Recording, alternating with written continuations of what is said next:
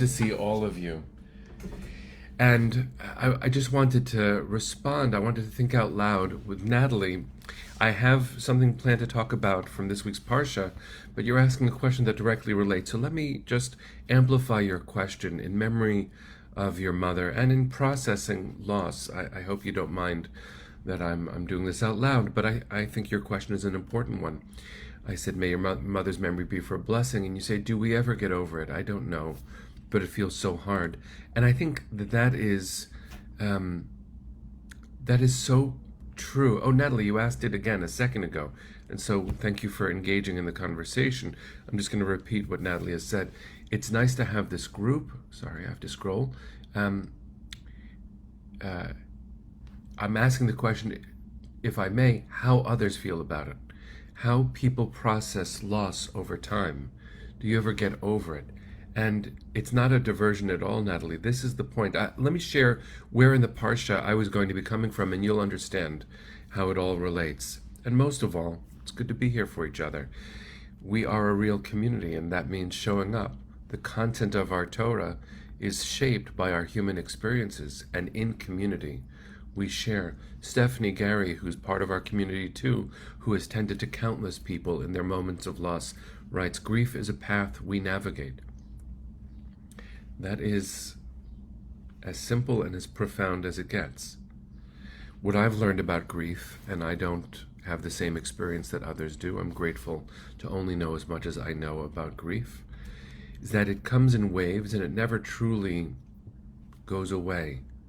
It comes back in unpredictable moments. As Stephanie said, I don't think we get over it. And Janice writes, there's always a hole in our hearts. That's, I think, quite true. Linda writes, if it's sure, sorry, the scroll, we're contributing to the conversation, so my feed is changing fast. We never truly get over it. We learn to live with it. Right? And learning to live with it is important. Linda Landis writes, over it implies an endpoint, and there isn't one. This road goes on forever, sometimes smooth, sometimes with potholes. How powerful it is, friends, for us to share. Karen writes, it's one of life's biggest struggles. And she says she doesn't deal with loss very well. And I don't know what dealing with loss well looks like. I think we should be gentle with ourselves, friends, and processing this is a very big part of life, especially as we get a little bit older. Amy writes, grief is so tough. Yes. And Julie writes, it's very individual. It does come in waves, says Fern. It's so important. Judy writes, no, we don't get over it. We learn to work through it, as difficult as it is. And time does not heal grief. My beloved Ron, she writes, is gone 7 years. May his memory be for a blessing. Friends, it's so important for us to take the wisdom that we are each offering in, and to recognize that this too is Torah. We have to learn it. Risa writes, I think it changes over time. It's a journey unto itself. We may be hit with it as situations arise that remind us of the loved ones we lost. Linda writes, I find it important to let yourself feel the grief. So, friends, I'm going to encourage you to scroll through the offerings. And Natalie, thank you for inviting them. This is actually a very moving moment that I don't want to rush through. To have created this community on Facebook Live 2.5 years ago, and to see that we can truly tend to each other and share from our souls in the most vulnerable of ways. So I just want to bless us that we don't hold that back. Torah is meant to be part of a human heart experience, not only texts shared. Roberta, that's so beautiful. Grieve means that you must have loved. Amen. If you would like, friends, I encourage you all to follow our dear friend and teacher Stephanie Gary, who I've quoted a few times here and stand in awe of frequently. She's the executive vice president of Plaza Memorial here in New York City, and she hosts a podcast called Exit Strategy. It's a good name for a podcast that deals with death and loss, and not just Jewish tradition, but also Jewish tradition. And she will be talking about grief. Please find her podcast. Stephanie, if you wouldn't mind, could you post a link to the podcasts here so that people can find you more easily? Let me jump to the parsha and then jump back into this conversation, friends. In this week's parsha, and I'm channeling a teacher of mine, Rabbi Bradley Shavid Artson, who I admire and love very, very much. He points out that in this week's parsha, Behalotcha, there is the instruction from Moses to remember Passover. And there's a great comment in a midrash in Kohelet Rabbah saying, why?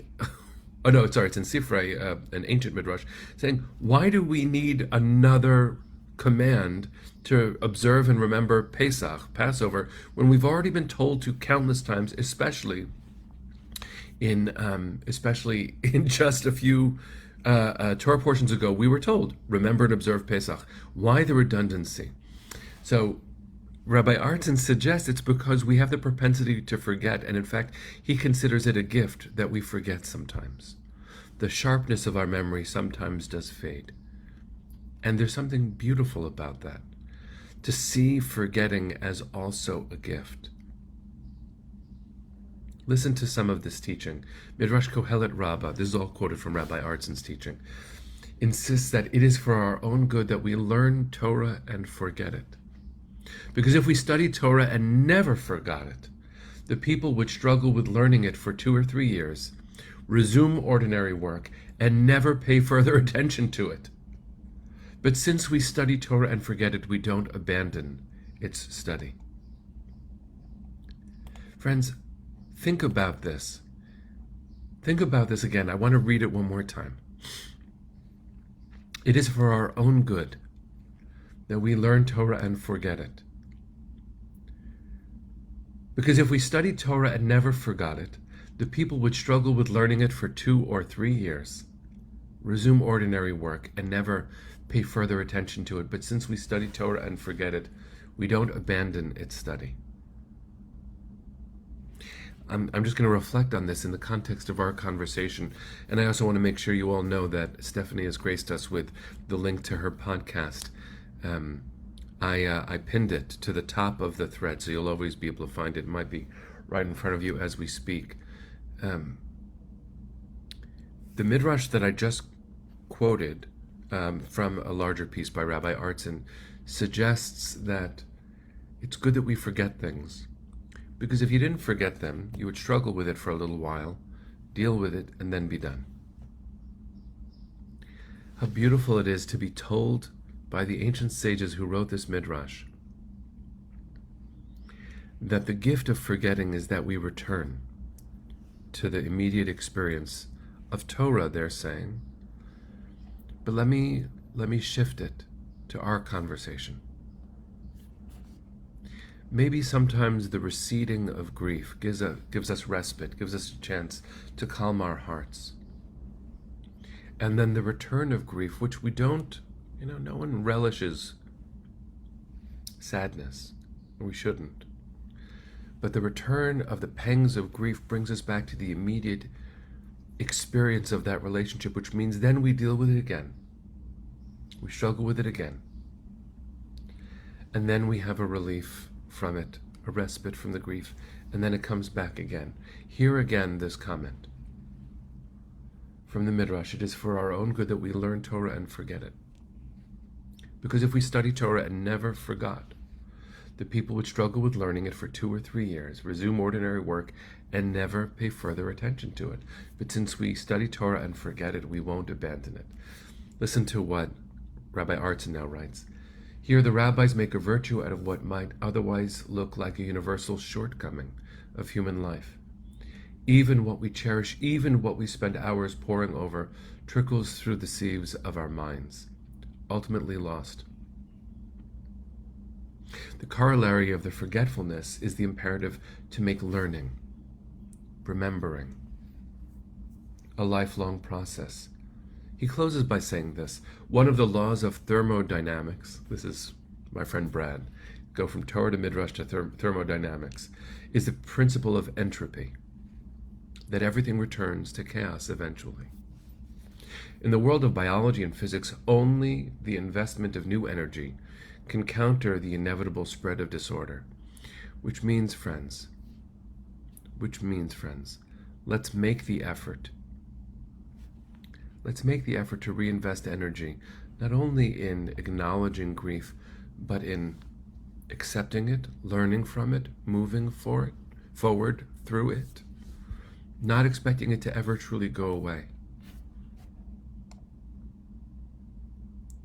When Deborah shares just now that she visited the graves of her father and of her baby brother on Monday to clean off their headstones and be able to visit prior to the second Father's Day without her father, comfort to you, my friend. How powerful it is for us to understand that revisiting these memories is part of the gift of having been in relationship in the first place. I forget who wrote it, but thank you for writing it earlier, that to experience grief is to know that I have loved. It's not a simple blessing, but it is a blessing. And forgetting, of course, is not something we are working to do, but what a gift it is to be able to have the sharp grief recede just for a little bit, regain my center, and then to know with grief that comes back as a very complicated friend. There's much to learn here. The relationships that hold me, that the brain chemistry that brings grief back to the forefront of my memory. That's a way of revisiting an important lesson in my life. Some of us have had complicated relationships with those whom we've lost. The sharpness of that grief brings us into conversation, perhaps in a way that could lead to healing. I would only bless us with that. I don't wish pain for any of us, for anyone. And I don't mean to minimize grief at all. But we can learn and we can heal. And thank God for communities like ours we can share. I want to bless us to imagine all the conversations that we need to have around this, and to know that this is the beginning of one for some of us. May we be blessed to have teachers like Stephanie and friends like each other, and good friends like Natalie who provoke a conversation deeply necessary. Penny, sending you and Bob so much love and comfort too. All of us. It's a matter of time. If we haven't had sharp grief, and I imagine all of us have, but if we haven't yet, it's a matter of time. And so, friends, I invite you to know love and to know comfort and to feel just a touch of healing. I'll tell you one thing in closing. Right in front of me, and I've never turned my computer around, but maybe I'll try. I've never shown you what I look at when I teach. This is a piece of art by my great uncle, Ralph Dubin, of blessed memory. He died when I was almost 13, and he was a wonderful artist. Studied with Ben Shahn. He was a teacher. Lived in the village on Bethune Street with my great aunt, my Doda Helen, of blessed memory. And I miss him. I miss him every day. And part of the way that I hold him and that I feel held by him is by looking at something that he created, a gift that he gave this world, and trying to find new meaning in it. And sometimes I don't even look up. Sometimes I don't see the art, the love right in front of me, but sometimes I do. Sometimes I do, and maybe that's what this is. Sometimes we remember. Sometimes we remember very sharply, and sometimes we go through life and then realize we haven't been remembering, and then we come back to it. So friends, let's be a community together. Let's be friends who sometimes remember sharply and often turn to each other every day. So friends, I want to bless you with the comfort you need. Here we go.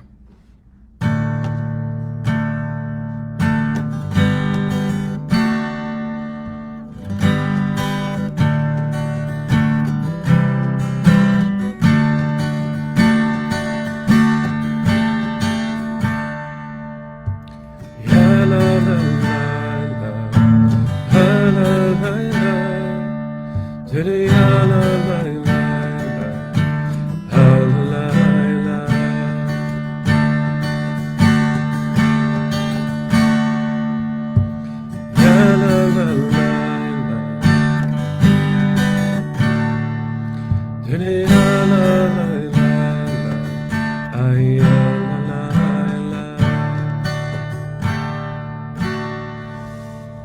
a beautiful day, friends. A gentle day. See you tomorrow.